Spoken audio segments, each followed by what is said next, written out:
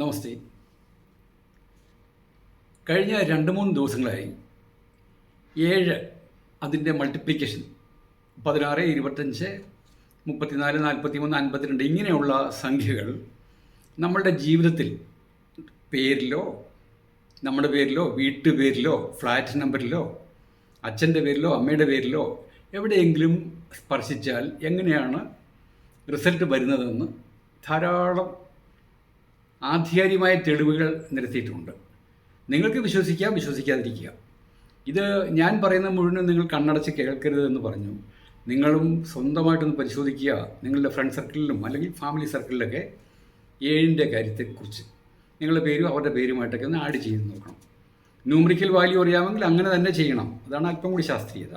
അല്ലെങ്കിൽ നിങ്ങളുടെ പേരും മറ്റുള്ളവരുടെ പേരുമായിട്ട് നോക്കുമ്പം 7 കിട്ടിയാൽ 7, 16 കിട്ടിക്കഴിഞ്ഞാലുള്ള പ്രയാസങ്ങളെക്കുറിച്ചാണ് നമ്മുടെ ഇന്നത്തെ വീഡിയോയും കൂടി. ഇന്നത്തെ വീഡിയോ കൊണ്ട് ഇനി 7ൻ്റെ കാര്യം തീർന്നതുപോലെ ഇഷ്ടം പോലെയുണ്ട്, 100 കണക്കിനുണ്ട്. മറ്റുള്ള നമ്പേഴ്സിനെ കുറിച്ചൊക്കെ അറിയിക്കേണ്ടത് അല്ലേ. ഈ 7 എന്ന സംഖ്യ ലോകത്തിൽ ഏറ്റവും കൂടുതൽ പ്രശസ്തം ആകാൻ കാരണം സാധാരണ ആരും ശ്രദ്ധിക്കത്തില്ല. ലോകത്തിലെ ഏറ്റവും വലിയൊരു മതം ക്രിസ്തുമതം.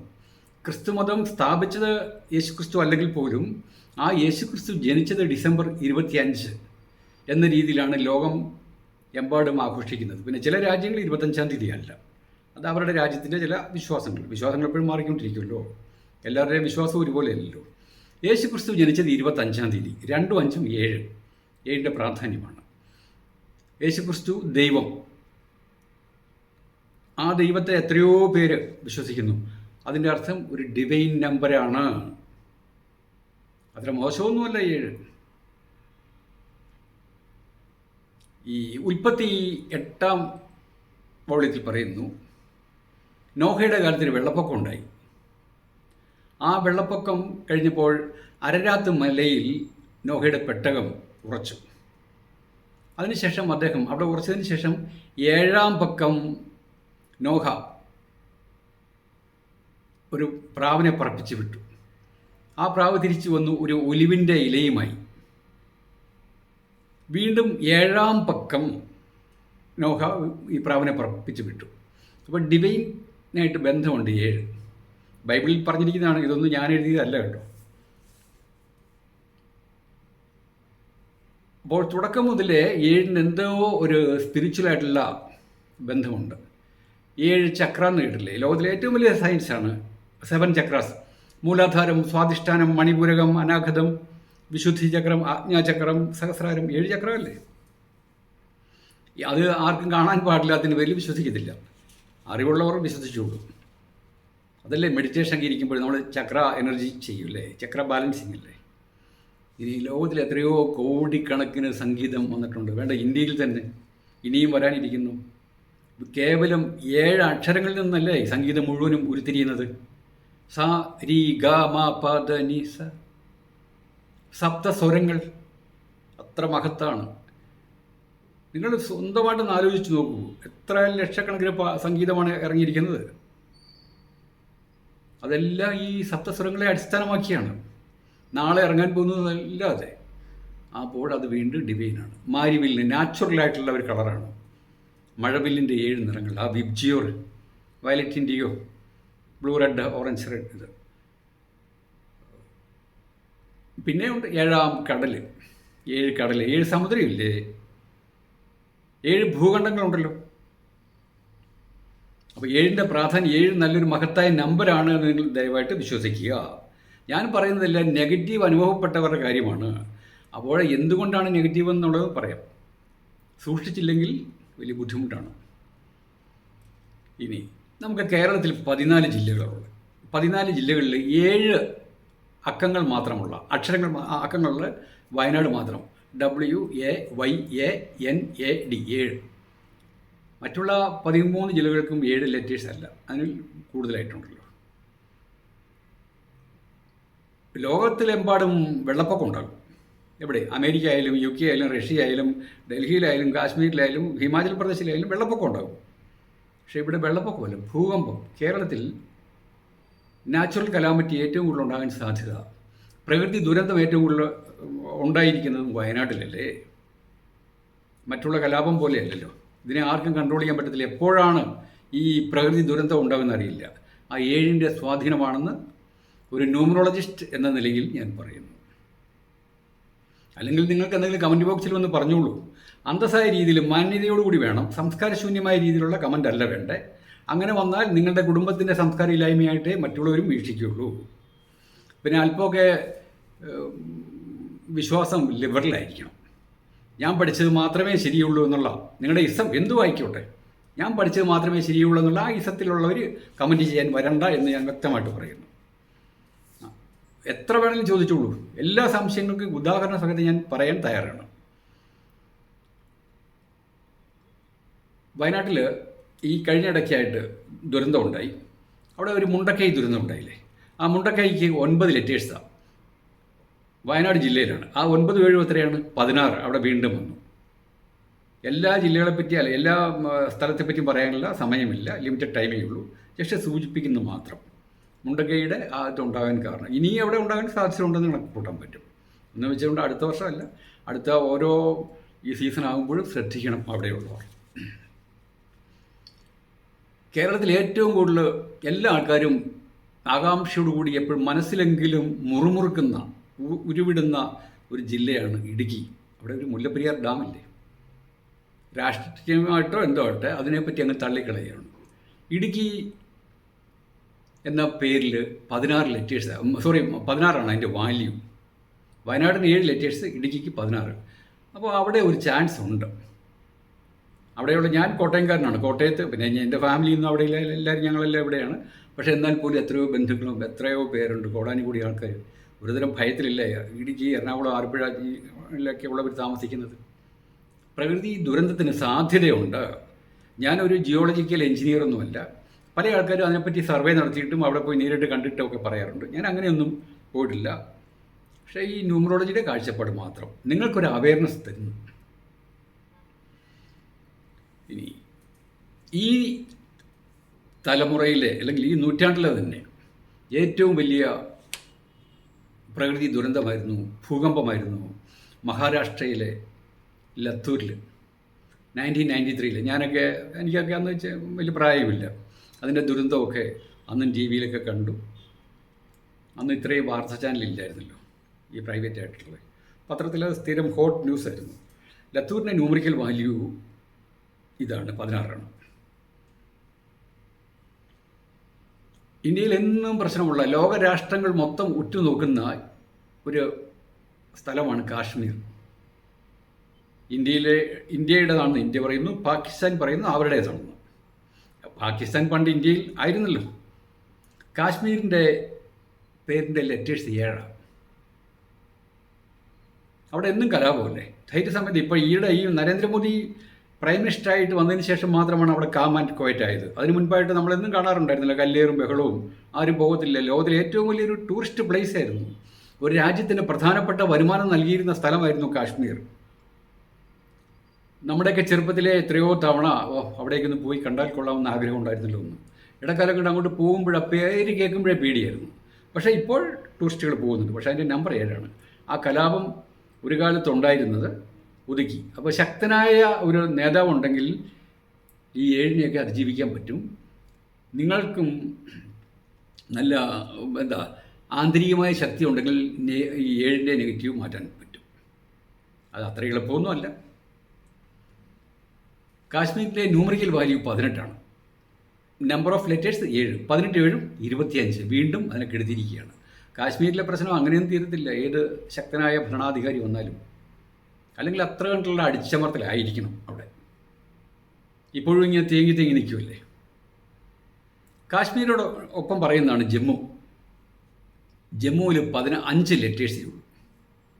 പക്ഷേ അതിന് ന്യൂമറിക്കൽ വാല്യൂ എത്രയാണ്? 16. അതാണ് ജമ്മു ആൻഡ് കാശ്മീർ എന്നും കലാപം തന്നെ. ഈ കാശ്മീരിൻ്റെ 18ഉം ജമ്മുവിൻ്റെ 16 കൂടി കൂട്ടുമ്പോഴെത്രയാണ്? 18 10 28 6 34. 4 3 7. അങ്ങനെ 7ൻ്റെ വലയത്താൽ ജമ്മു ആൻഡ് കാശ്മീർ കിടക്കുകയാണ്. അവിടുത്തെ പ്രശ്നങ്ങൾ അങ്ങനെയൊന്നും പെട്ടെന്ന് തീരത്തില്ല. നമ്മൾ രാഷ്ട്രീയമായിട്ടല്ല കേട്ടോ ഇവിടെ എടുക്കുന്നത്. പൊളിറ്റിക്കൽ വ്യൂ ഇല്ല. പിന്നെ രാഷ്ട്രീയക്കാരെ പറ്റി നമ്മൾ എടുക്കും, രാജ്യം എടുക്കും, പ്രസ്ഥാനങ്ങൾ എടുക്കും, വ്യക്തികളെ എല്ലാം എടുക്കും. ന്യൂമറോളജി അങ്ങനെയല്ലേ പഠിച്ചു പോകുന്നത്. കാരണം ഇതൊരു ഡീപ്പ് സയൻസ് അല്ലേ. മനുഷ്യ ജീവിതത്തെ അങ്ങേയറ്റം സ്പർശിക്കുന്നതാണ്, ആർക്കും അറിയില്ലാത്ത. അതിൻ്റെ പേരിലാണ് ഇതിനെ നിഗൂഢശാസ്ത്രം എന്ന് പറയുന്നത്. ഗുപ്തശാസ്ത്രം, മറ്റുള്ളവർക്ക് പെട്ടെന്ന് തിരിച്ചറിയാൻ പറ്റില്ലാത്ത, പെട്ടെന്ന് മനസ്സിലാക്കാൻ പ്രയാസമുള്ള എന്തും നിഗൂഢമാണ്. നിഗൂഢമായ പത്രമല്ലേ ഈ കൂടോത്രം എന്ന് നമ്മൾ പറയാറില്ലേ. മറ്റുള്ളവർക്ക് അറിയത്തില്ല. അവർ ചെമ്പ് തേട്ടിൽ എന്തെങ്കിലുമൊക്കെ എഴുതി വെച്ചിട്ടുണ്ടെങ്കിൽ കിട്ടിക്കഴിഞ്ഞാൽ ആർക്കും വായിക്കാൻ അറിയില്ല, എഴുതിയ ആൾക്ക് മാത്രമേ അറിയാവുള്ളൂ. അതാണ് ഗൂഢമായ പത്രം കൂടോത്രമായത്. ഇനി ഇന്ത്യയിൽ ഇത്രയും സ്റ്റേറ്റ്സ് ഉള്ളതിൽ, 28 സ്റ്റേറ്റ്സ് ഉള്ളതിൽ 7 ബന്ധപ്പെട്ടതാണ് മണിപ്പൂർ. മണിപ്പൂരിൽ എന്നും കലാപം. 7 നമ്പേഴ്സ് അവിടെ ഉള്ളൂ മണിപ്പൂരിന്. മണിപ്പൂരിൻ്റെ ന്യൂമറിക്കൽ വാല്യൂ 34. വീണ്ടും അവിടെ പ്രശ്നമായി. അല്ല, സോറി, 27. 27-ഉം 27-ഉം 34. മണിപ്പൂരിൻ്റെ നമ്പർ ഓഫ് ലെറ്റേഴ്സ് 7-ഉം ന്യൂമറിക്കൽ വാല്യൂ 27. 27-7 34. അവിടെയും കലാപം. ജമ്മുവിലെയും കാശ്മീരിലെയും പോലെ എന്നും പ്രശ്നങ്ങൾ തന്നെ. പ്രശ്നങ്ങൾ ഉണ്ടാക്കുന്ന ആരെങ്കിലും ആട്ടെ, ഒളിപ്പൊരി യുദ്ധമോ നക്സൽസോ ഒക്കെ ആയിക്കോട്ടെ, മാവോയിസോ എന്തെങ്കിലും ആയിക്കോട്ടെ, പക്ഷേ അവിടെ കലാപമാണോ? അതാ 7-ൻ്റെ ഇതാണ്. മിസോറാമിന് 7 ലെറ്റേഴ്സ്. അവിടെ എന്തെങ്കിലും പുരോഗതി ഉള്ളതായിട്ട് നിങ്ങൾക്കറിയാമോ? എൻ്റെ അറിവിലില്ല അവിടെ പുരോഗതി ഉള്ളതായിട്ട്. പിന്നെ അവിടെ മിസോറാമൊക്കെ നന്നായി വരും. അവിടെ RAM എന്നുള്ള മിസോറാമിൻ്റെ ലാസ്റ്റ് 3 ലെറ്റേഴ്സ് റാമാണ്. RAM, റാം എന്ന് പറഞ്ഞാൽ അത് നല്ല പോസിറ്റീവാണ്. നമുക്ക് ആ വിഷയത്തിലേക്ക് കിടക്കണ്ട. നിങ്ങളുടെ പേരിൽ റാം ഉണ്ടെങ്കിൽ നല്ലതായിരിക്കും, RA ഉണ്ടെങ്കിൽ നല്ലതാണ്. അങ്ങനെയുള്ള വിഷയങ്ങളൊക്കെ നമുക്ക് പിന്നീട് ചർച്ച ചെയ്യാം. അപ്പോൾ മിസോറാമിൽ 7 ലെറ്റേഴ്സാണ്. അത്ര പുരോഗതി ഇല്ല അവിടെ. നാഗരികത വെളിച്ചം വീശിയിട്ടില്ല അധികം, അങ്ങനെ ഇല്ല. പിന്നെ ത്രിപുര ഇത് തന്നെയാണ്, നാഗരികത അധികം എത്തിച്ചേർന്നിട്ടുള്ള സ്ഥലം. അവിടെ നമ്പർ 7-ൻ്റെ സാന്നിധ്യം. Number of letters 7. ഇന്ത്യയിൽ ഏറ്റവും കൂടുതൽ എന്നും ഒരു ഇഷ്യുള്ള സ്ഥലമാണ് ഹരിയാന. ഹരിയാനയുടെ നമ്പർ എത്രയാണ്? 7. ഗുജറാത്തിൽ പൊതുവെ പ്രശ്നങ്ങളുള്ളതായിട്ട് അറിയത്തില്ല. പണ്ട് ഒരിക്കലും അവിടെ മറ്റേ മോദി പ്രൈം മിനിസ്റ്റർ ആകുന്നതിന് മുൻപായിട്ട് അവിടെ കലാപം ഉണ്ടായല്ലോ, ട്രെയിൻ കലാപം. അത് വലിയൊരു പ്രശ്നമല്ലായിരുന്നു. മതസ്പർദ്ധ വർദ്ധിച്ചിട്ട് എന്തെല്ലാം പ്രശ്നങ്ങളായിരുന്നു. ഗുജറാത്തിന് 7-ൻ്റെ ഇതാണ്. ഇനിയും വേണമെങ്കിൽ ആകാം കേട്ടോ. ഇന്ത്യയിലെ ഒരു മികച്ച സ്റ്റേറ്റാണ് ഗുജറാത്ത്. സാമ്പത്തികമായിട്ടൊക്കെ വളരെയേറെ അവരുടെ പെർ ക്യാപിറ്റ ഇൻകം കേരളത്തെക്കാളും കൂടുതലായിട്ടുണ്ട് തരും. പ്രതിശീർഷ വരുമാനം ഒരു വ്യക്തിക്ക് കൂടുതൽ നമുക്ക് കിട്ടുന്ന വരുമാനം 100 ആണെങ്കിൽ അവിടെ അവർക്ക് 110 ആയിരിക്കും. അതാണ് പെർ ക്യാപിറ്റ ഇൻകം. അതാണ് ഗുജറാത്തിനകത്ത് RAT എന്നുള്ള ലെറ്ററാണ്. റാറ്റിനെ പറ്റി കഴിഞ്ഞ ദിവസം ഞാൻ പറഞ്ഞിരുന്നല്ലോ. എപ്പോഴും ആക്റ്റീവായിരിക്കും ഗുജറാത്തിൻ്റെ ഭരണാധികാരികൾ. ആര് വന്നാലും ശരി, അല്പം ശക്തരായിരിക്കും. എന്തെങ്കിലും ആശയങ്ങൾ കൊണ്ടുവന്നാൽ എത്ര എതിർപ്പുണ്ടെങ്കിലും ശരി, അവർ പ്രാവർത്തിക തലത്തിൽ കൊണ്ടുവരും. ഗുജറാത്തിനകത്തെ റാറ്റിൻ്റെ പ്രത്യേകതയാണ്. പക്ഷേ എന്നാൽ ഈ ലെറ്റേഴ്സ് 7ആണ്. 7 വരുന്നതിൻ്റെ പേരിൽ ഇനിയും പ്രശ്നങ്ങളൊക്കെ ഉണ്ടാകാം. ഇനി ഗുജറാത്തിൻ്റെ ന്യൂമറിക്കൽ വാല്യൂ എത്രയാണ്? 18. 7-ഉം 25 വീണ്ടും. ശക്തനായ അധികാരി ഉള്ളതിൻ്റെ പേരിൽ മാത്രം കുഴപ്പമില്ലാതെ പോകുന്നു. അപ്പോൾ ഈ 7-ൻ്റെ ദൂഷ്യങ്ങളാണ് പറയുന്നത്. നമ്മുടെ സ്റ്റേറ്റ്സിൻ്റെയും ഈ സ്ഥലങ്ങളുടെ സ്ഥലനാമത്തിൽ കിടക്കുന്ന അപകടങ്ങളാണ്. ഇനി നമുക്ക് വ്യക്തികളെക്കുറിച്ച് എടുക്കാം. വ്യക്തികളെക്കുറിച്ച് എടുക്കുമ്പോൾ എനിക്ക് സംഗീതം വളരെ ഇഷ്ടമാണ്. നമുക്ക് എല്ലാവർക്കും സംഗീതം ഇഷ്ടമാണ്. നമ്മുടെ ദാസേട്ടൻ്റെ ഒരു കടുത്ത ആരാധകനാണ് ഞാൻ. മറ്റുള്ളവരെ എല്ലാവരും ഇഷ്ടമാണ്, എല്ലാ ഗായകരെയും ഇഷ്ടമാണ്, ഈ യുവതലമുറയിൽപ്പെട്ടവരെ ഇഷ്ടമാണ്. യുവതലമുറയിലെ സംഗീത സംവിധായകരെ എനിക്കിഷ്ടമേ ഇല്ല. ഒരുതരം ഈ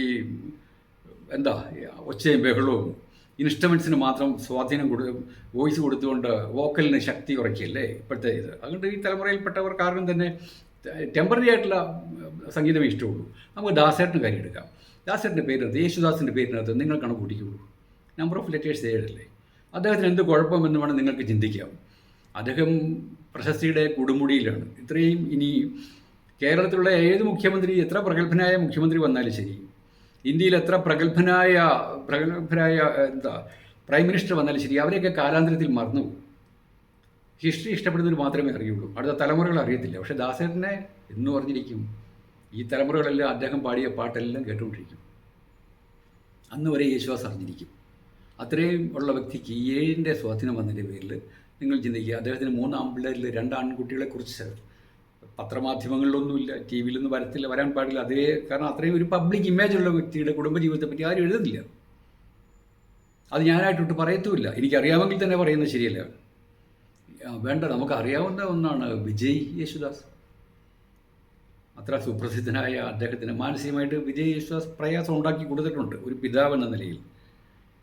ഡിവോഴ്സും കാര്യങ്ങളൊക്കെ നിങ്ങൾക്ക് അറിയാമല്ലോ. ഒരു സാധാരണ കുടുംബത്തിലാണെങ്കിൽ ആരും ശ്രദ്ധിക്കത്തില്ല. ആ കഥകൾ പറയണ്ട. എന്തായാലും വിജയ് യേശുദാസ് അദ്ദേഹത്തിന് ഒരു പിതാവിന് വളരെയേറെ ദൂഷ്യം ഉണ്ടാക്കി കൊടുത്തിട്ടുണ്ട്. ഇനി ദാസേട്ടൻ്റെ സഹോദരൻ ആൻ്റണി കടൽ തീരത്ത് മരിച്ചു കിടന്ന് നമുക്കറിയാമല്ലോ.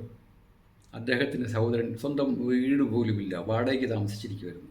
അപ്പോൾ എത്ര ചീത്തയാണ് ഈ ശ്രീ യേശുദാസ് കേട്ടത്. അദ്ദേഹത്തിന് ട്രിവാൻഡ്രത്തൊക്കെ ഫ്ലാറ്റുണ്ട്, അവിടെ ഇവിടെ കേട്ടുണ്ട്. അദ്ദേഹത്തിന് എന്നാൽ എന്തുകൊണ്ട് സ്വന്തം സഹോദരന് കിടപ്പാടമില്ലെങ്കിൽ അവിടെ താമസിപ്പിച്ചുകൂടാ എന്നുള്ള മാന്യമായ ജെന്യുവനായിട്ടുള്ള ക്വസ്റ്റ്യൻസൊക്കെ ഉണ്ടായിരുന്നു. അത് ദാസേട്ടനെ എന്നും എത്രയോ മോശം പേരാണ് പറയുന്നത്. അദ്ദേഹത്തിന് കഴിവെല്ലാം മാറ്റി വെച്ചുകൊണ്ട് കുറ്റം പറയാൻ വേണ്ടി തന്നെ കുറവുകൾ മാത്രം കണ്ടെത്തുന്ന ചില ആൾക്കാരുണ്ടല്ലോ.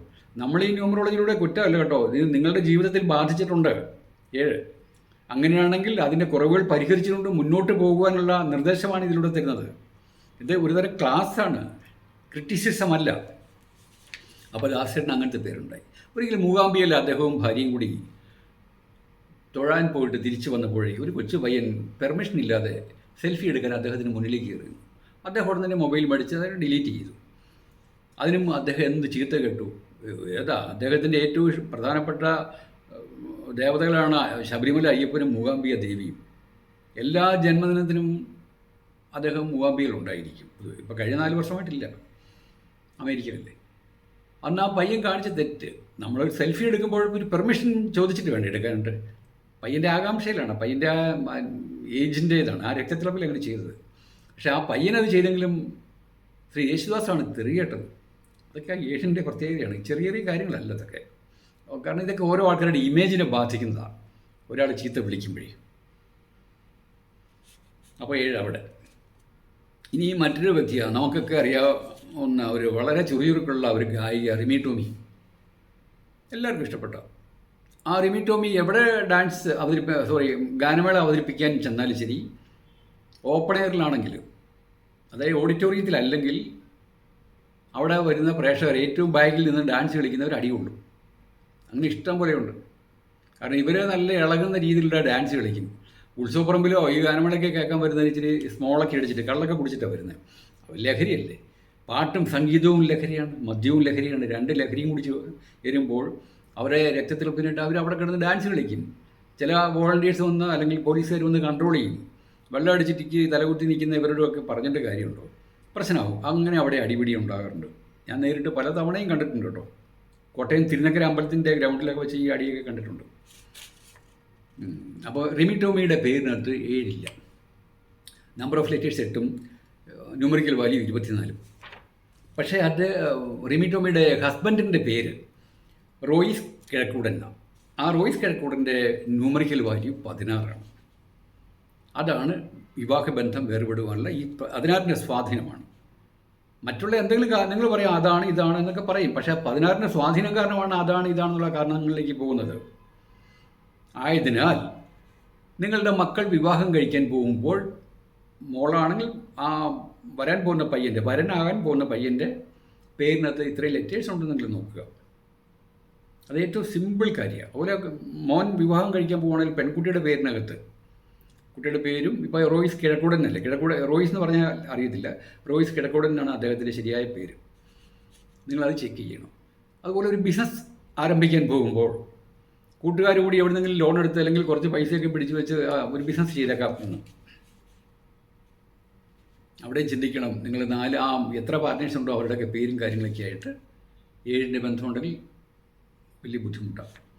ഇപ്പം എൻ്റെ നാട്ടിൽ തന്നെ ഐമനത്ത് തന്നെ ഇന്നലെ അറിഞ്ഞ സംഭവമാണ്. 4 പേര് കൂടി തെറ്റില്ലാത്തൊരു തുക കോൺട്രിബ്യൂട്ട് ചെയ്ത് ബിസിനസ് ആരംഭിക്കാണ്ട് വേറെ ആൾക്ക് കൊടുത്തു. 20 lakhs കൊടുത്തു. പൈസ കിട്ടിയിട്ടില്ല. വർഷം 2-3 ഉണ്ടായെന്നാണ് പറഞ്ഞത്. ഇന്നലെ എന്നോട് പറഞ്ഞതാണ്, വിളിച്ച് പറഞ്ഞതാണ് വാട്സപ്പിലൂടെ. അതിനായിട്ട് എന്തെങ്കിലും പരിഹാരം കൊണ്ടുവന്നു, തിരിച്ചു കിട്ടാൻ മാർഗമുണ്ടോ എന്ന് ചോദിച്ച്. പക്ഷേ അത് തിരിച്ചു കിട്ടാൻ മാർഗമുണ്ടോ എന്നുള്ളതിന് മുമ്പായിട്ട് ഇവരുടെ എല്ലാവരുടെ പേരും കാര്യങ്ങളൊക്കെ കിട്ടണം.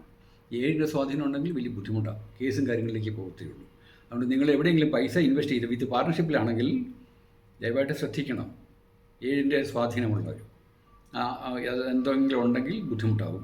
പിന്നെ 7-ാം തീയതി ജനിച്ചവരാണെങ്കിൽ നിങ്ങൾ, 16-ാം തീയതി ജനിച്ചവരാണെങ്കിൽ, 25-ാം തീയതി ജനിച്ചവരാണെങ്കിൽ പാർട്ട്ണർഷിപ്പിൽ പോകരുത്. നിങ്ങൾ ചതിക്കപ്പെടും, ഒരു സംശയവുമില്ല. അനുഭവങ്ങളാണ് ഇപ്പോൾ ഈ പറയുന്നത്. ഇനി ഇതൊന്നുമല്ല, ഒന്നൊന്ന് അറിയട്ടെ എന്ന് വിചാരിച്ചുകൊണ്ട് നിങ്ങളൊന്ന് പൈസ ഇൻവെസ്റ്റ് ചെയ്ത് നോക്കട്ടെ. അപ്പോൾ കയ്യിൽ നിന്ന് പൈസ പോകുമ്പോൾ വ്യക്തമായിട്ട് ഇങ്ങനെയുള്ള സയൻസ് പഠിക്കും. ഇനി വേറെ 2 പേർ. നമ്മൾ ഈ കഴിഞ്ഞിടയ്ക്കായിട്ട് കർണാടകയിൽ മണ്ണിടിച്ചിലിൽ ഷിരൂർ ഒരു അർജുൻ മരിച്ചുപോയ കാര്യം നമുക്കൊക്കെ അറിയാം. കേരളത്തിലെ ഏറ്റവും വലിയ വാർത്തയായിരുന്നു. ഇപ്പോൾ അത് കെട്ടടങ്ങി വേറെ ചില വാർത്തകളിലേക്ക് വന്നിട്ടുണ്ട്. അർജുൻ്റെ പേരിനകത്ത് 5 ലെറ്റേഴ്സേ ഉള്ളൂ. അർജുനെ ഇത്രയും പോപ്പുലർ ആക്കിയത് ഈ മനാഫ് എന്നൊരു വ്യക്തിയാണ്. മനാഫിൻ്റെ പേരിനകത്ത് 5 ലെറ്റേഴ്സ്, 5 5 10. ഇന്നലത്തെ വീഡിയോയിലും പറഞ്ഞിരുന്നു, അതിന് മുമ്പിലത്തെ വീഡിയോയിലും പറഞ്ഞിരുന്നു. 10 എന്ന ഫിഗർ വന്നാൽ, കണ്ണൂരെ ദിവ്യ പി ദിവ്യയുടെ കാര്യമൊക്കെ എടുത്തപ്പോൾ പറഞ്ഞല്ലോ, 10 എന്ന ഫിഗർ വന്നാൽ പണം ഉണ്ടാക്കും. They will make money at any source. അപ്പം അർജുൻ മരിച്ചുപോയ വ്യക്തിയാണ്, മനാഫാണ് ആക്റ്റീവായിട്ട് വന്നത്. അപ്പോൾ അവർ തമ്മിലുള്ള കൂട്ടുകെട്ടിൽ ഒരാളില്ലെങ്കിൽ തന്നെ അവിടെ പണത്തിൻ്റെ ഒരു പിരിവും കാര്യങ്ങളൊക്കെ ഉണ്ടായി എന്ന് നമുക്കറിയാം. ആർക്ക് കൊടുത്തു എന്നുള്ളതല്ല, പണം ഉണ്ടാക്കിയല്ലോ മനാഫ്. യൂട്യൂബ് ചാനൽ ആരംഭിച്ചു, കളക്ഷനൊക്കെ മേടിച്ചു, പിന്നെ വീട്ടുകാർ വന്ന് പരാതി പറഞ്ഞു ഞങ്ങളുടെ പേരിൽ മനാഫ് പൈസ കളക്ട് ചെയ്യണം. അപ്പോൾ ഇതൊക്കെ നിങ്ങൾ ശ്രദ്ധിക്കുക. മനാഫോ അർജുനോ അല്ല വിഷയം. നിങ്ങൾ ആരെങ്കിലും ഇങ്ങോട്ട് കൂട്ടുകൂടുമ്പോഴിങ്ങനെ നല്ല ലെവലിൽ പോവുകയാണെങ്കിൽ 10 വന്നാൽ നല്ലതാണ്, നിങ്ങൾക്കും പണം ഉണ്ടാക്കാം. പക്ഷേ അവിടെ മോശമായ രീതിയിൽ എന്തെങ്കിലും ചെയ്താൽ അവിടെ അടിയോടെ തകരുകയും ചെയ്യും. കാരണം 10-ലെ 1 സൂര്യനാണ്, മേക്കിംഗ് മണി. 0 എന്ന് പറഞ്ഞാൽ സ്പിരിച്വൽ നമ്പറാണ്, ഒന്നും ഇല്ലാതാക്കുകയും ചെയ്യും. ഇനി മറ്റൊരു പ്രത്യേകത യാദൃശ്യമായിട്ടെന്ന് പറയാം. ഷിരൂരിൻ്റെ സ്പെല്ലിങ് നിങ്ങൾ നോക്കിക്കേ. SHIROOR Shirur. Number of letters 7 അതിൻ്റെ ന്യൂമറിക്കൽ വാല്യൂ എത്രയാണ്? 27. ഇതിപ്പോൾ ഇതുമായിട്ട് ബന്ധപ്പെട്ട ഷിരൂരിൻ്റെ കാര്യം നമ്മൾ ആദ്യമായിട്ട് ഈ മണ്ണിടിച്ചിൽ വന്നതിൻ്റെ പേരിലാണ് നമ്മളെല്ലാം അങ്ങനത്തെ ഒരു പേര് കേൾക്കുന്നത്. ഞാൻ അതിന് മുമ്പായിട്ട് കേട്ടിട്ടില്ല. കർണാടക കേട്ടിട്ടുണ്ട്. അപ്പോൾ ഷിരൂരിൻ്റെ number of letters 7, numerical value 27. 27 34. Arjun അങ്ങോട്ട് ആനയിക്കപ്പെടുമായിരുന്നു. കഴിഞ്ഞ ദിവസവും പറഞ്ഞില്ലേ, നമ്മൾ എവിടെയെങ്കിലുമൊക്കെ പോകുമ്പോൾ പെർമനൻ്റായിട്ട് വസ്തുവൊക്കെ മേടിച്ച്, നിങ്ങളിപ്പം ബാംഗ്ലൂരും അവിടെ എവിടേക്കായിട്ട് പല ആൾക്കാരും വസ്തുവൊക്കെ മേടിക്കാറുണ്ട്, അല്ലെങ്കിൽ വേണ്ട എറണാകുളത്തൊക്കെ ഫ്ലാറ്റൊക്കെ മേടിക്കാറുണ്ട്. നിങ്ങൾക്ക് സ്യൂട്ടബിൾ ആണോ നോക്കണം, അല്ലെങ്കിൽ അത് ചിലപ്പം ബുദ്ധിമുട്ടാകും. അത് റെൻറ്റിന് കൊടുക്കാൻ പറ്റാത്ത അവസ്ഥയാകും, അല്ലെങ്കിൽ എന്തെങ്കിലും കംപ്ലയിൻ്റ് ഒക്കെ ഉണ്ടാകും. ഗുരുവായൂർ കഴിഞ്ഞിടയ്ക്കായിട്ട് കുറച്ച് പേര് പൈസ ഇൻവെസ്റ്റ് ചെയ്ത്, എൻ്റെ സുഹൃത്തുണ്ട് തിരുവല്ലക്കാരൻ്റെ അച്ഛൻ, അദ്ദേഹം പൈസ പരസ്യം കണ്ടു കൊടുത്തതാണ്. പക്ഷേ ആ പ്രൊജക്റ്റ് നന്നായില്ല, കംപ്ലീറ്റ് ആയില്ല. അവരിപ്പോഴും കേസും കാര്യങ്ങളൊക്കെ എടുത്ത് നടക്കുകയാണ്. അപ്പോൾ പൈസ എവിടെയെങ്കിലും ഇൻവെസ്റ്റ് ചെയ്യുമ്പം ആ പ്ലേസ് നമുക്ക് നല്ലതാണോ എന്ന് അറിയാം, അറിഞ്ഞിട്ടേ ചെയ്യാവുള്ളൂ. ഇപ്പോൾ ഷിരൂരിൻ്റെ കാര്യം തന്നെ കണ്ടില്ലേ, അർജുന അല്ലെങ്കിൽ മനാഫ് അങ്ങോട്ട് ആനയിക്കപ്പെട്ടു. ഇനി അർജുൻ്റെയും മനാഫിൻ്റെയും പേരിനകത്ത് 5 5 10 ലെറ്റേഴ്സാണ് ഉള്ളത്. അർജുൻ്റെ പേരിൻ്റെ വാല്യൂ 15, മനാഫിൻ്റെ 19 19 MANAF 19. 19 15 എത്രയാണ്? 19 10 29 5 34. വീണ്ടും കണ്ടോ കലാപം ഉണ്ടായോ? മനാഫിനെ പറ്റി വളരെ മോശം പേരിൽ എല്ലാവരും കേട്ടോ, ബാഡ് ഇമേജ് വന്നോ? ഇതാണ് 7ൻ്റെ പ്രത്യേകത എന്ന് വീണ്ടും മറ്റൊരു ഉദാഹരണമാണ്. കഴിഞ്ഞ ദിവസം 25 പേരുടെ പേര് പറഞ്ഞു, ഇതിപ്പോൾ 15ാമത്തെ ആളുടെയാണ്, 15ാമത്തെ കേസ്. 40ാമത്തെ കേസായി പറയുന്നത്. വിജയൻ എന്ന പേര്, അതിനകത്ത് 7 ലെറ്റേഴ്സ് ഉണ്ട്. ഏത് വിജയനായാലും 7 ലെറ്റേഴ്സ് ഉണ്ട്. വിജയൻ്റെ ന്യൂമറിക്കൽ വാല്യൂ എത്രയാണ്? 16. അപ്പോൾ വിജയൻ എന്ന പേരുള്ള വ്യക്തികൾക്ക് എന്തെങ്കിലും ദൂഷ്യങ്ങളൊക്കെ ഉണ്ടാകാം. ഒരു പക്ഷേ എന്തെങ്കിലും ശാരീരികമായിട്ടുള്ള കുറവായിരിക്കാം. എൻ്റെ ഒരു സുഹൃത്തുണ്ട്, ഞങ്ങൾ ഹൈസ്കൂളിൽ UP സ്കൂളിൽ ഒരുമിച്ച് പഠിച്ചതാണ്. 6ാം ക്ലാസ്സിൽ 7ാം ക്ലാസ്സിൽ. വിജയൻ കാണാനൊക്കെ നല്ല മിടുക്കനാണ്, അധ്യാപകനാണ്. പിന്നീട് അധ്യാപകനായി തീർന്നു, ഡ്രോയിങ് അധ്യാപകൻ, പടം വരയ്ക്കുന്ന. അദ്ദേഹത്തിന് ചെവിക്ക് അല്പം കുഴപ്പമുണ്ട്, കേൾക്കത്തില്ല അല്പം ഡെഫിനസ്. അതും 7ൻ്റെ സ്വാധീനമാണ്. അത് അന്നൊന്നും എനിക്കറിയില്ല. അപ്പോൾ ഓരോ കാര്യങ്ങൾ പഠിച്ചു വന്നപ്പോഴാണ് ഇങ്ങനെയൊക്കെയാണല്ലോ, എൻ്റെ കൂട്ടുകാരൻ അങ്ങനെയായിരുന്നല്ലോ ഇങ്ങനെയായിരുന്നല്ലോ എന്നൊക്കെ അറിയുന്നത്. അപ്പോൾ വിജയൻ്റെ പേരിനകത്ത് 7 ലെറ്റേഴ്സ് നിന്നും ന്യൂമറിക്കൽ വാല്യൂ 16. അപ്പം വിജയന് വലിയ ബുദ്ധിമുട്ടാണ്. ഇനി നമ്മൾക്കെടുക്കാം കേരളത്തിലെ മുഖ്യമന്ത്രി വിജയൻ. പിണറായി എന്ന പേര് അദ്ദേഹം കൂട്ടിച്ചേർത്തു. അല്ലെങ്കിൽ ബുദ്ധിമുട്ടാവുമായിരുന്നു. ഏറ്റവും ഈ 7 ഉള്ളതിൻ്റെ പേരിൽ അദ്ദേഹത്തെ പറ്റി മോശം പേരാണല്ലോ ഇപ്പോൾ എല്ലാവരും ചോദിക്കുന്നുണ്ട്. ഒരു ജോലി, ഇത് രാഷ്ട്രീയമല്ല കേട്ടോ, നിങ്ങൾ ഈ സ്റ്റുഡൻ്റായിട്ട് എടുക്കണം, രാഷ്ട്രീയമായിട്ട് എടുക്കരുത്. നമുക്ക് ആരെയും അങ്ങനെ വിമർശിക്കേണ്ട ആവശ്യമില്ല. അദ്ദേഹം പണം ഉണ്ടാക്കുകയോ ഉണ്ടാക്കാതിരിക്കുകയോ ചെയ്യട്ടെ. അത് മഹാലക്ഷ്മി അദ്ദേഹത്തിനോട് ഇഷ്ടമുണ്ട്. കഴിഞ്ഞ ജന്മത്തിൽ അദ്ദേഹത്തിനോട് മഹാലക്ഷ്മി കൊടുത്തു. ഓക്കെ, അടുത്ത ജന്മത്തിൽ ഞാൻ നിങ്ങളുടെ കൂട്ടത്തിൽ വന്നേക്കാമെന്ന് പറഞ്ഞു. ഒരു വ്യക്തി പണം ഉണ്ടാക്കുമ്പോൾ അതിനെ ന്യായീകരിക്കുമല്ല, അങ്ങനെയാണ് നമ്മുടെയൊക്കെ വിശ്വാസം. മഹാലക്ഷ്മിക്ക് ഇഷ്ടമാണ്. നിങ്ങൾക്കിനി സാമ്പത്തികമില്ലാതെ മറ്റുള്ളവരെ പറ്റി കുറ്റം പറഞ്ഞുകൊണ്ടിരുന്നാൽ എന്തുകൊണ്ട് മഹാലക്ഷ്മിക്ക് ഇഷ്ടപ്പെടുന്നില്ല? ആ ലക്ഷ്മി ദേവി പറയുന്നതാ, എനിക്കിഷ്ടമുള്ള ആളുടെ അടുത്തേക്ക് പോകും, നീ എന്നെപ്പറ്റി കുറ്റം പറഞ്ഞുകൊണ്ടിരിക്കുകയാണോ, നിന്നോടൊപ്പം ഞാൻ വരത്തില്ല. അതുകൊണ്ട് നിങ്ങൾ പണം ഉണ്ടാക്കുന്നവർ അവരെപ്പറ്റി കുറ്റം പറയാതെ നിങ്ങൾ നിങ്ങളുടെ കഴിവ് യൂട്ടിലൈസ് ചെയ്യാൻ ശ്രമിക്കുക. അപ്പോൾ നമ്മുടെ മുഖ്യമന്ത്രി പേര് മഹാമോശമല്ലേ? ഇഷ്ടംപോലെ ധാരാളം കേസല്ലേ കിടക്കുന്നത്. പിന്നെ അദ്ദേഹം ഒരു പൊളിറ്റിക്കൽ ലീഡറായതിൻ്റെ പേരിൽ പ്രശ്നങ്ങളില്ല. സാധാരണക്കാരാണല്ലോ അകത്ത് പോയി കിടക്കത്തുള്ളൂ, ജീവിതകാലം മൊത്തം പുറത്തേക്ക് ഇറങ്ങത്തില്ല. അപ്പോൾ വിജയൻ എന്ന പേരുള്ള ആൾക്കാർ ഇങ്ങനെയുള്ള കാര്യങ്ങൾ കൂടി ശ്രദ്ധിച്ചു കൊള്ളുക. ഇനി വിജയൻ നമുക്ക് പിന്നെ അദ്ദേഹം ഇത്രയും പ്രശസ്തനാകാൻ കാരണം പിണറായി എന്നുള്ള പേരും പിന്നെ പിണറായിയുടെ വാല്യൂ 26 സോറി 20 അദ്ദേഹത്തിൻ്റെ പേര് കൂടിയാകുമ്പോൾ 36. 20 16 കൂടിയായപ്പോൾ 36 വന്നു കഴിഞ്ഞാൽ 3 6 ശരിക്കും ഫൈറ്റ് ചെയ്ത് പലതും നേടും. നിങ്ങളുടെ പേരിൽ 36 ഉണ്ടെങ്കിൽ നിങ്ങൾക്ക് നേട്ടം ഉണ്ടാകും. നമുക്കിപ്പോൾ നമ്മുടെ പ്രധാന ചർച്ചാ വിഷയം 7 അല്ലേ? ഇന്ത്യയിൽ അറിയപ്പെടുന്ന ഒരു വ്യക്തിയാണ് വാവ സുരേഷ്. അദ്ദേഹത്തെ കാണാൻ UK നിന്നും ചാൾസ് രാജാവ് വന്നിരുന്നു. അനിമൽ പ്ലാനറ്റിൽ വാവ സുരേഷിൻ്റെ ഓരോ പെർഫോമൻസ് കണ്ടുകൊണ്ട് നേരിട്ട് കാണാൻ വന്നതാണ്. അദ്ദേഹം ഇവിടുത്തെ മുഖ്യമന്ത്രിയല്ല കാണാൻ വന്നത്, വാവ സുരേഷിനെ കാണുവാൻ വേണ്ടി UK നിന്ന് വന്നതാണ്. നമ്മൾ നോക്കുമ്പോൾ കൗമുദി ടി വിയിൽ കാണാം പുള്ളി രാജവമ്പാലെ പിടിക്കുന്ന ഓരോ അണലെ പിടിക്കുന്നതൊക്കെ. അതല്ല, അദ്ദേഹം ലോകപ്രശസ്തനാണ്. അനിമൽ ഡിപ്പാർട്ട്മെൻറ്റിൽ തന്നെ അദ്ദേഹം ഇന്നും ഒരു മിറക്കിളാണ്. പക്ഷേ ഇവിടെയൊക്കെ രാഷ്ട്രീയത്തിൻ്റെ പേരിൽ അദ്ദേഹത്തെ ഇടിച്ചു താത്തുകയാണ്. വാവ സുരേഷ് ഇത്രയും പ്രശസ്തനായിട്ട് പോലും സ്വന്തമായിട്ട് കിടപ്പാടമില്ലെന്നറിയാമല്ലോ. എത്രയോ രൂപ അദ്ദേഹത്തിന് കിട്ടിയിട്ടുണ്ട്. കുറച്ച് നാളുകൾക്ക് മുമ്പ് ആരോ നല്ല തുക കൊടുത്ത് വീട് വയ്ക്കാനുണ്ട്. അങ്ങനെ വീട് വെക്കാനൊക്കെ പ്ലാനിട്ട സമയത്താണ് 10-12 വയസ്സുള്ള ഒരു പെൺകുട്ടി പാമ്പ് കടിയേറ്റ് മരിച്ചു. വീടിനുള്ളിൽ കിടന്നുറങ്ങിയ കുട്ടി, വീടിനകത്ത് തന്നെ ഒരു ചെറിയ ഹോളുണ്ട്, ആ ഹോളിൽ ആയിരുന്നു പാമ്പ് കടിച്ച് മരിച്ചു. ഇദ്ദേഹം അവിടെ ചെന്ന് കണ്ടു, ആ പെൺകുട്ടിക്ക് വീട് വെച്ച് കൊടുത്തു. ഈ വാവ സുരേഷിന് വീടില്ല. എന്തുകൊണ്ടാണ്? അദ്ദേഹത്തിൻ്റെ പേരിൽ സുരേഷ് ബി എന്നാണ് official name. SURESH Suresh B, ബാപ്പലേൻ്റെ ബി ആണ്, അതാണ് ഒഫീഷ്യൽ നെയിം. ആ 7ൻ്റെ സ്വാധീനമാണ് അദ്ദേഹത്തിന് കിടപ്പാടം പോലും ഇല്ലാത്തത്. സമ്പത്തില്ല, പക്ഷേ എന്നാൽ നമ്മുടെ മുഖ്യമന്ത്രിയാണല്ലോ. 7 അവിടെയുണ്ട്, പക്ഷേ പിണറായി എന്ന പേര് ചേർത്തു. അതാണ്, പേരിൽ എന്തെങ്കിലും മാറ്റം വന്നാൽ. നമ്മുടെ മുഖ്യമന്ത്രി ഈ ന്യൂമറോളജി അനുസരിച്ചുകൊണ്ടൊന്നും അല്ല കേട്ടോ പേരിട്ടേ. പൊതുവെ ചില രാഷ്ട്രീയക്കാർ കാണത്തില്ലേ, സ്ഥലപ്പേര് കൂട്ടിയിടും. അവിടെ ഫിലിം ആക്ടേഴ്സ്, ഇപ്പം ഞാൻ തന്നെ അയ്മൻ അജിത്ത് എന്ന് പേരിട്ടു. എൻ്റെ പേര് SB അജിത് കുമാർ എന്നാണ്. ഒരു ന്യൂമറോളജിസ്റ്റ് എന്ന നിലയിൽ ഞാൻ മനഃപൂർവ്വം ഇട്ടു. പക്ഷേ ഈ പിണറായി വിജയൻ പേരിട്ടത് രാഷ്ട്രീയത്തിൻ്റെ പേരിലും കിട്ടുന്നേ ഉള്ളൂ, ന്യൂമറോളജി പഠിച്ചിട്ടൊന്നും അല്ലായിരിക്കും.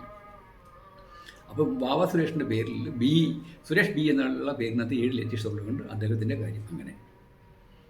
ഈ അടുത്തിടയ്ക്കായിട്ട് അല്പം പ്രമാദമായ വിഷയം ഉണ്ടായി. ഫിലിം ആക്ടേഴ്സിനെ കുറിച്ച് വളരെ ക്രിട്ടിസൈസ് ചെയ്തുകൊണ്ട്, മോഹൻലാലിനെ കുറിച്ചുകൊണ്ട് ചെകുത്താൻ എന്നൊരു യൂട്യൂബർ വിമർശിച്ചു. ചെകുത്താനെ കുറച്ച് ആൾക്കാർക്ക് അറിയാം, ഒരു നെഗറ്റീവ് ആയിട്ടാണ്, പേരിൽ തന്നെ കിടപ്പുണ്ട്. ചെകുത്താൻ്റെ പേരിനകത്ത് നമ്പർ ഓഫ് വാല്യൂ ലെറ്റേഴ്സ് 9 ആണ്. ആ വ്യക്തിയുടെ ശരിയായ പേരോ അജു അലക്സ്, AJUALEX, 7 ലെറ്റേഴ്സ് ഉണ്ട്. കുപ്രസിദ്ധിയായാലും നേടിയോ? ചെകുത്താൻ പറയും പ്രസിദ്ധിയാണെന്ന് പറയും, പക്ഷേ ഒരു പബ്ലിക്കിൽ നല്ല ലെവലിൽ നോക്കുമ്പം എന്തിലും മറ്റുള്ളവരുടെ കുഴപ്പങ്ങൾ തന്നെ വാരി വിളിച്ചിട്ട് പറയുന്ന ആൾ എന്ന നിലയിൽ ഒരു നെഗറ്റീവ് കഥാപാത്രമായിട്ടാണ് എൻ്റെ നോട്ടത്തിൽ. എൻ്റെ ശത്രുവൊന്നുമല്ല, പക്ഷേ 7 അജു അലക്സിൻ്റെ നമ്പർ ഓഫ് ലെറ്റേഴ്സ് 7 ആണ്. ചെകുത്താൻ്റെ 9, 9 7 16. അതാണ് അദ്ദേഹത്തെ ഈയിടെ കൊണ്ട് ജയിലിൽ, ഒരു ദിവസമായാലും ജയിലിൽ കിടന്നോ? നമ്മൾ കണ്ടതല്ലേ, ഒരു ദിവസം പോയി, പിന്നീട് കേസ് ഒക്കെ മറ്റുള്ള ആൾക്കാരെല്ലാം കൂടി മാറ്റി ഏൽപ്പിച്ചു. പക്ഷേ ഇനിയും ഉണ്ടാവും അജു അലക്സിന്. ഫിലിം ആക്ടർ ബാലയുടെ പേരിൻ്റെ number of letters 4 numerical value 16ആണ്. അദ്ദേഹത്തിൻ്റെ വീട്ടിൽ, അജു അലക്സിൻ്റെ വീട്ടിൽ തോക്കൊക്കെ ആയിട്ട് ചെന്ന് കൊല്ലാൻ ഒരുങ്ങുന്നൊക്കെയുള്ള ന്യൂസ് നമ്മൾ കണ്ടതാണ്. അപ്പോൾ അതൊക്കെയാണ് 7ൻ്റെ പ്രത്യേകത. 7 സംഘടനമാകും എപ്പോഴും, അറ്റ്ലീസ്റ്റ് മെൻ്റലി എങ്കിലും സംഘടനമായിരിക്കും അവർക്ക്, മറ്റുള്ള എല്ലാ നമ്പരേക്കാളും കൂടുതലായിട്ട്. ഇനി നമുക്ക് 2 ചാനലിൻ്റെ കാര്യം നോക്കാം. ഒരു ചാനലിൻ്റെ പേരാണ് news cafe live. VK Baiju ആണ് അതിൻ്റെ ചാനലിൻ്റെ ഉടമസ്ഥൻ. VK ബൈജു മിക്കപ്പോഴും കണ്ടു കാണും. ഹിന്ദുത്വത്തിന് വേണ്ടി അങ്ങേയറ്റം പോരാടുന്നൊരു വ്യക്തി. അദ്ദേഹത്തിൻ്റെ തിയറി എന്തുവാട്ടെ, VK ബൈജു പേരിൽ 7 ലെറ്റേഴ്സുള്ള, എന്നും കോടതിയും കാര്യങ്ങളൊക്കെയാണ്. ഈ കഴിഞ്ഞ ദിവസവും കോടതിയിൽ പോയിരുന്നു. കയ്യിൽ ഹാൻഡ് കഫൊക്കെ ഇട്ട് നമ്മളെ കാണിച്ചു തരുന്നല്ലോ. കോടതി 7ആണ് VK ബൈജു. പിന്നെ പേരിനകത്ത് നമ്പർ ഓഫ് ലെറ്റേഴ്സ് 7 മാത്രമല്ല, അദ്ദേഹത്തിൻ്റെ സ്പെല്ലിങ് VK, അത് പ്രോണോളജി പ്രകാരം വീക്ക് എന്നാണ് പറയുന്നത്, WEAK, ക്ഷീണം. VK ബൈജു എന്ന വ്യക്തിക്ക് എന്നും ഈ കേസ് ഉണ്ടാകും ജീവിതം മൊത്തം. അല്ലെങ്കിൽ അദ്ദേഹം പേരിൽ കുറച്ച് മാറ്റം വരുത്തിയാൽ നന്നായിരിക്കും. VK ബൈജു. അദ്ദേഹത്തിൻ്റെ ചാനലിൻ്റെ പേര് ന്യൂസ് കൈഫ് ലൈവ് എന്നാണ്. ഈ ന്യൂസ് കൈഫ് ലൈവിൻ്റെ ടോട്ടൽ വാല്യൂ 51. ഇദ്ദേഹത്തിൻ്റെ പേര് VK ബൈജു. 51ഉം 19ഉം കൂടി കൂട്ടുമ്പോൾ എത്രയാണ്? 70. അതാണ് ആ 70 അദ്ദേഹത്തെ എപ്പോഴും കോടതി, 70-ലെ 7 എപ്പോഴും കോടതി കേസുണ്ട്. ഇഷ്ടംപോലെ കേസുണ്ട്. കഴിഞ്ഞ ദിവസം പറഞ്ഞു 10-15 കേസുണ്ടെന്ന്. ഓരോ ആൾക്കാരും ഇദ്ദേഹം മതവിദ്വേഷിയാണ്, വർഗീയവാദം വയ്ക്കുകയാണെന്നൊക്കെ. അദ്ദേഹം പറയുന്നത് സത്യമല്ലേ എന്ന് ചോദിക്കുന്നു. കേരള പൊളിറ്റിക്സ് ഒരിക്കലും സമ്മതിക്കത്തില്ല ഇങ്ങനെയുള്ള കാര്യങ്ങൾ പറയാനായിട്ട്. കേരള നിയമമല്ല കേട്ടോ, കേരള പൊളിറ്റിക്സാണ്. അതാണല്ലോ ആൾക്കാർ കുത്തിപ്പോക്കുന്നത്. അപ്പോൾ VK ബൈജുവിന് അങ്ങനത്തെ ഒരു സംഭവം ഉണ്ടായി. ഈ മറുനാടൻ മലയാളി അറിയില്ലാത്ത ആരുമില്ല. ഈ മറുനാടൻ മലയാളിക്ക് ടോട്ടൽ ലെറ്റേഴ്സ് മറുനാടൻ്റെ 9ഉം മലയാളിക്ക് 17ഉമാണ്. 9 തൊട്ട് 17ആണ്. മറുനാടൻ്റെ ന്യൂമറിക്കൽ വാല്യൂ 29ഉം മലയാളിയുടെ 15 കൂടി 44. അതായത് മറുനാടൻ മലയാളി എന്ന പേരിൻ്റെ അകത്ത് ന്യൂമറിക്കൽ ടോട്ടൽ എണ്ണം 17ഉം അക്ഷരങ്ങളുടെ വാല്യൂ 44ഉം രണ്ടും കൂടി കൂട്ടുമ്പോൾ 61, 6-1-7. നമ്മുടെ ഷാജൻ സ്കറിയുടെ കാര്യമാണ് പറയുന്നത്. അദ്ദേഹത്തിന് ഇതൊന്നും അറിയത്തില്ല ന്യൂമറോളജി. അദ്ദേഹത്തിനെതിരായിട്ട് ഇഷ്ടം പോലെ കേസല്ലേ ഉള്ളത്. പിന്നെ കേട്ടിരിക്കുന്നത് കേന്ദ്രത്തിൽ നിന്നുള്ള നല്ല സ്വാധീനമുള്ള ആളാണ് മറുനാടൻ. അതുകൊണ്ട് പെട്ടെന്ന് കേരള ഗവൺമെൻറ് കയറി കളിക്കത്തില്ല. പക്ഷേ അദ്ദേഹത്തിന് എപ്പോഴും ഈ മറുനാടൻ മലയാളിക്ക് എന്നും കേസുണ്ടാവും. ഇതല്ല അടുത്ത കേസ്. ഈ മുഖ്യമന്ത്രിയല്ല, അടുത്ത മുഖ്യമന്ത്രി വന്നാലും അവിടെ ഒരു ചാൻസ് ഉണ്ട്. കാരണം 61ആണ്. ഇതിനു മുമ്പായിട്ട് എത്ര ഉദാഹരണം തന്നു. അപ്പോൾ ഇതും നമുക്ക് അംഗീകരിച്ചല്ലേ പറ്റുള്ളൂ. ഇഷ്ടം പോലെ കേസ്. ഇനി നമുക്ക് കുറച്ച് പ്രസ്ഥാനങ്ങളെ പറ്റി എടുക്കാം. ഉടനെ നമുക്ക് നിർത്തിയേക്കാം. പ്രസ്ഥാനങ്ങൾ. SDP എന്നൊരു പ്രസ്ഥാനം കേരളത്തിൽ നമുക്ക് എല്ലാവർക്കും അറിയാം. ഭീകര പ്രസ്ഥാനമാണ് എന്ന് പറഞ്ഞുകൊണ്ട് കേന്ദ്രം 2022 അത് അടച്ചു പൊട്ടിച്ചു. SDP എന്ന പ്രസ്ഥാനത്തിന് 4 ലെറ്റേഴ്സേ ഉള്ളൂ. പക്ഷേ വാല്യൂ എത്രയാണ്? 16, 6-1-7. അടച്ചു പൂട്ടിയല്ലോ. അവരുടെ ഉദ്ദേശം എന്തായാലും അടച്ചു പൂട്ടി. അതാണ് SDP-യുടെ പ്രത്യേകത. ഇനി നമ്മുടെ ഇന്ത്യയിൽ, കേരളത്തിലെ ഏറ്റവും പ്രമുഖമായ ലീഡിംഗ് ആയിട്ടുള്ള കക്ഷിയാണ് CPIM. ഞാൻ രാഷ്ട്രീയക്കാരനല്ല, തെറ്റിദ്ധരിക്കേണ്ട. പക്ഷേ നമ്മൾ നമ്പർ മാത്രമാണ് എടുക്കുന്നത്. CPIM-ൻ്റെ വാല്യൂ നിങ്ങൾ കണക്ക് കൂട്ടിക്കുക. 16 അതും കാലക്രമേണ ഇല്ലാതാകും. ഇത് കേൾക്കുന്ന ഏതെങ്കിലും CPI-ക്കാർ, മാർക്സിസ്റ്റുകാർ പറയും ഞാൻ എന്നാ BJP-ക്കാരനാണോ? പ്രത്യേകിച്ച് പൊട്ടൊക്കെ കുത്തിയില്ല. അതെൻ്റെ വിശ്വാസമാണ്. മാർക്സിസ്റ്റുകാർ എത്ര പേര് കുറുതി വിടുന്നു? ഞാൻ പാർട്ടിക്കാരെ ഇല്ലാതാക്കുമല്ല. പിന്നെ മാർക്സിസ്റ്റ് പാർട്ടിയുടെ ഇപ്പോഴത്തെ ട്രെൻഡ് അനുസരിച്ച് കൊണ്ടും ബുദ്ധിമുട്ടല്ലേ. CPIM ഇല്ലാതാകും ന്യൂമറോളജി പ്രകാരം. SDP ഇല്ലാതായില്ലേ ഒരു പ്രസ്ഥാനം. പിന്നെ ഇഷ്ടംപോലെ കേസ് ഞാൻ എക്സാമ്പിൾ പറഞ്ഞില്ലേ.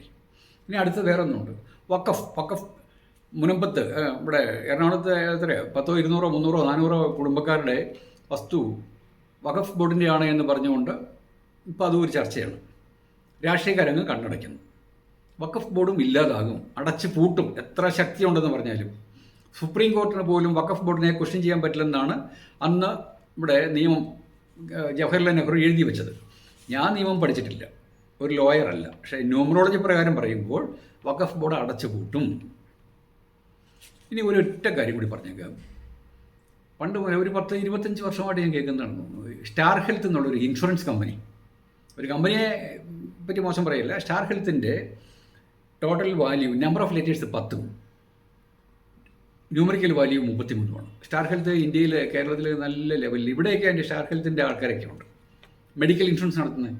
ഇപ്പോൾ അവർ recently they are not giving claims എന്നൊരു പരാതി കണ്ടായിരുന്നു. ഒരു ഡോക്ടർ ആ സ്റ്റാർ ഹെൽത്തിൻ്റെ കൊല്ലം ബ്രാഞ്ചിൻ്റെ ഫ്രണ്ടിൽ നിന്നുകൊണ്ട് വീഡിയോ എടുത്തിട്ട് കാണിച്ചിരുന്നു.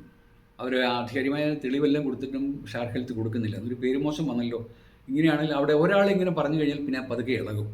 അപ്പോൾ സ്റ്റാർ ഹെൽത്തിൻ്റെ total number value 33, number of letters 10, 33, 10, 43, 437, അതിനും ദൂഷ്യം ഉണ്ടാകും. പിന്നെ കോമ്പറ്റ് ചെയ്യാണ്ട് വേറെ പല കമ്പനികൾക്ക് ഉണ്ടാകുമായിരിക്കാം, അതെനിക്കറിയില്ല. അപ്പോൾ 7ൻ്റെ കാര്യങ്ങൾ നിങ്ങൾ ദയവായിട്ട് മനസ്സിലാക്കിയിട്ട് നിങ്ങളുടെ ജീവിതത്തിൽ ഇങ്ങനെയുള്ള കാര്യങ്ങളുണ്ടെങ്കിൽ ദൈവികമായ ശക്തി വർദ്ധിപ്പിക്കുക, മെഡിറ്റേഷൻ ചെയ്യുക, ആർക്കും ദ്രോഹമില്ലാത്ത കാര്യങ്ങൾ ചെയ്യുക. നിങ്ങൾ നിങ്ങളുടേതായ പവറിലേക്ക് മാത്രം ശ്രദ്ധിക്കുക. അമിതമായ കൂട്ടുകെട്ടിലൂടെ ഒരു സംരംഭത്തിലേക്ക് ഇറങ്ങിത്തിരിക്കാതിരിക്കുക. അങ്ങനെ എന്തെങ്കിലും ഉണ്ടെങ്കിൽ ഒരു വിദഗ്ധനായ ന്യൂമറോളജിസ്റ്റിനെ കാണണം എന്നാണ് എൻ്റെ അഭിപ്രായം. ഞാൻ ജ്യോതിഷം ഭാഗികമായിട്ട് പഠിച്ചതാണ്. പക്ഷേ ജ്യോതിഷത്തിനകത്ത് പറയുന്നത് നിങ്ങൾ അങ്ങനെ ചെയ്തു എന്ന് പറയും. ജ്യോതിഷപ്രകാരം എത്രയോ പേരുടെ വിവാഹം കഴിയുന്നു. ജാതകം നോക്കിയില്ലേ, മിക്കതും ഫ്ലോപ്പല്ല. പക്ഷേ ന്യൂമറോളജിയിൽ അങ്ങനെ വരത്തില്ല. ഒരിക്കൽ പറഞ്ഞാൽ പറഞ്ഞത് തന്നെയാണ്. നിങ്ങളെ ആരെയും വേദനിപ്പിക്കാൻ വേണ്ടിയിട്ടല്ല, യാഥാർത്ഥ്യമല്ല. ഒരു പാർട്ടി, പിന്നെ പ്രത്യേകിച്ച് മാർക്സിസ്റ്റ് പാർട്ടിയൊന്നും വേദനിപ്പിക്കാനല്ല, വഖഫ് ബോർഡിനെയോ ആരും ഇതല്ല. നമ്മളെല്ലാം കറക്റ്റ് ആധികാരികമായ തെളിവ് മാത്രമാണ് തരുന്നത്. ഇനി സംശയമുണ്ടോ, മാന്യമായിട്ട് വന്ന് ചോദിക്കുക. 100 കണക്കിന് തെളിവ് തരാം. പിന്നെ ഇത്രയും പറഞ്ഞല്ലോ, ഈ 40 എണ്ണം എത്ര ബുദ്ധിമുട്ടിയാണ് പഠിച്ചതെന്ന് നിങ്ങൾ ചിന്തിക്കുക. എല്ലാം ചകഞ്ഞെടുക്കണ്ടേ എവിടേക്കാണുള്ളതെന്ന്. ഇതിന് പോസിറ്റീവ് സൈഡ് എന്ന് പറഞ്ഞാൽ നിങ്ങൾ ദൈവത്തിൻ്റെ സന്താനങ്ങളാണ്. 7, 16, 25 തീയതികളിൽ ജനിച്ചവർ. അതിൻ്റെ അനുസരിച്ചുകൊണ്ട് നിങ്ങൾ അല്പം സ്പിരിച്വലായിട്ടുള്ള കാര്യങ്ങളിലേക്ക് മാറിയാൽ മറ്റുള്ളവരെക്കാളും കൂടുതൽ നിങ്ങൾക്ക് ഫേമസ് ആകാം. മമ്മൂട്ടി 7-ാം തീയതി ജനിച്ചു കേട്ടോ, പൃഥ്വിരാജ് 7-ാം തീയതിയല്ലേ. അവർ രണ്ടുപേരും നല്ല സ്ട്രോങ് ആൾക്കാരില്ലേ. മമ്മൂട്ടി നേടാനുള്ളതെല്ലാം നേടിക്കഴിഞ്ഞില്ലേ. പക്ഷേ മമ്മൂട്ടിയെ പറ്റി കഴിഞ്ഞ ഇടയ്ക്കായിട്ട് കുറച്ച് മോശം വന്നു, ഇന്ത്യയാണ്. പിന്നെ സാരമില്ല, അദ്ദേഹത്തെ പറ്റി എല്ലാവരും അദ്ദേഹത്തെയൊക്കെ അങ്ങേയറ്റ് ഇഷ്ടപ്പെടുന്നു. പൃഥ്വിരാജിനെ പറ്റി എന്ത് വിമർശനമാണ് വരുന്നത്, മറ്റുള്ള ആക്ടേഴ്സിനെ കഴിഞ്ഞാലും കൂടുതലായിട്ട്. 7ൻ്റെ പ്രത്യേകതയാണ്. അപ്പോൾ okay, thank you so much. നിങ്ങളുടെ സഹകരണത്തിന് നന്ദി. താല്പര്യമുണ്ടെങ്കിൽ മാത്രം നിങ്ങൾക്ക് ഇഷ്ടപ്പെട്ടതുകൊണ്ടാണ് ഈ ചാനൽ മുഴുവനും ഈ 37 മിനിറ്റും കണ്ടത്. ഇഷ്ടപ്പെട്ടതുകൊണ്ടല്ലേ. അപ്പോൾ നിങ്ങൾക്ക് ഇഷ്ടപ്പെട്ടത് നിങ്ങളുടെ ഇൻറ്റിമേറ്റ്സിന് ഇഷ്ടപ്പെടുമല്ലോ, നിങ്ങളൊന്ന് ഷെയർ ചെയ്ത് കൊടുക്കൂ. Thank you very much.